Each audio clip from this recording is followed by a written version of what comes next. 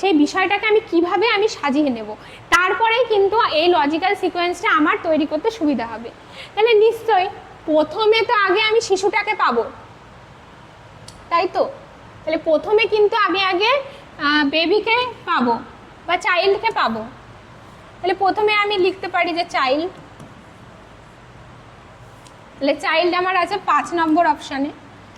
Next কি, যে child যদি কান্না করে, তাহলে যদি একটি শিশু কান্না করে তখনই নিশ্চয়ই তার মা নিশ্চয়ই আসবে। তাহলে তারপরে কি হবে, ক্রাইং, অর্থাৎ বাচ্চা কাঁদছে। এটা হচ্ছে অপশান 4। তারপরে কি আসছে, যে তারপরে মা তিনি আসবেন, ঠিক আছে, কারণ বাচ্চা যখনই কাঁদবে নিশ্চয়ই মা তার ছুটে আসবে। তাহলে তারপরে হচ্ছে মাদার।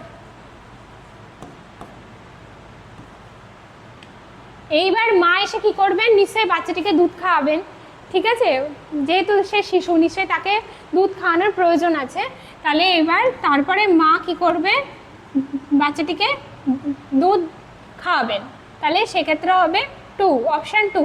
তারপরে কি হবে, দুধ খাওয়ার পরে যখন তার ক্ষুধা মিটবে তখন কিন্তু শিশুটি কি করবে, হাসবে।